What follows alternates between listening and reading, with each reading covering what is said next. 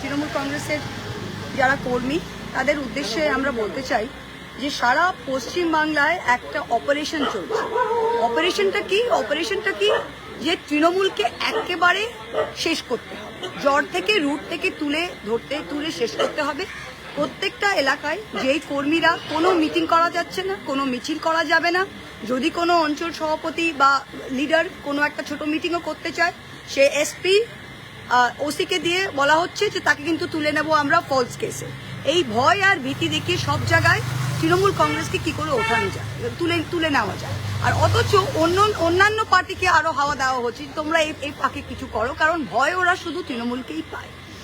এইখানে দাঁড়িয়ে আমি কর্মীদের বলবো এটা কদিন চালাবে, কারণ 2,60,00,000 মানুষের ভোট, 2,60,00,000 মানুষের কণ্ঠকে রুদ্ধ এইভাবে থানা পুলিশ দিয়ে চলে না। এটা এমার্জেন্সিতেও কেউ করতে পারেনি আর এখনো কেউ করতে পারবেন না। তাই প্রত্যেকটা আমরা কর্মীদের বলছি 21শে জুলাই আমাদের হবে এবং 21শে জুলাই আমাদের নেত্রী আগামী পথ দেখাবে। তার আগেও আমি আপনাদের কাছে জানাতে চাই যে আপনারা প্লিজ কেউ ভয় পাবেন না। এই থানা পুলিশ আমরা অনেক দেখেছি, পার্লামেন্ট লেভেলেও দেখেছি।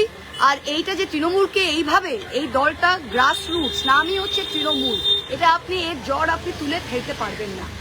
সেকেন্ড যেটা দেখা যাচ্ছে যে আপনারা এসেছেন 2 মাসও হয়নি, মে মাসে 4 মে এসেছেন, জুলাই মাসও হয়নি। কি করলেন? যখন প্রচারে বেরোলো বিজেপির সব নেতারা, তখন দেখলাম এই ফাটা রোদ্দুরে জ্যৈষ্ঠ মাসের গরমে তারা আস্তে রুই কাতলা দিয়ে তারা প্রচার করছে। আর আসার পরেই, ভোটে জেতার পরেই তারা করছে যে মিড ডে মিল কারা খায় ভাই? কাদের বাচ্চারা মিড ডে মিল খায়? আমার আপনার বাচ্চারা তো মিড ডে মিল খাচ্ছে না। উচ্চ মধ্যবিত্ত পরিবারের বাচ্চারা তো মিড ডে মিলের উপর নির্ভরশীল নয়।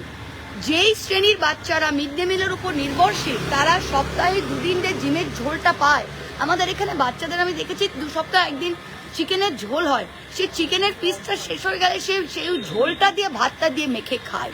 তা সেইখানে একটুখানি পড়াশোনা করা উচিত। আমরা যখন ছোট ছিলাম তখন দূরদর্শন দেখাতো মেরি জান মুরগি কে আন্ডে, সানডে হো ইয়া মানডে খাও মুরগি কে আন্ডে।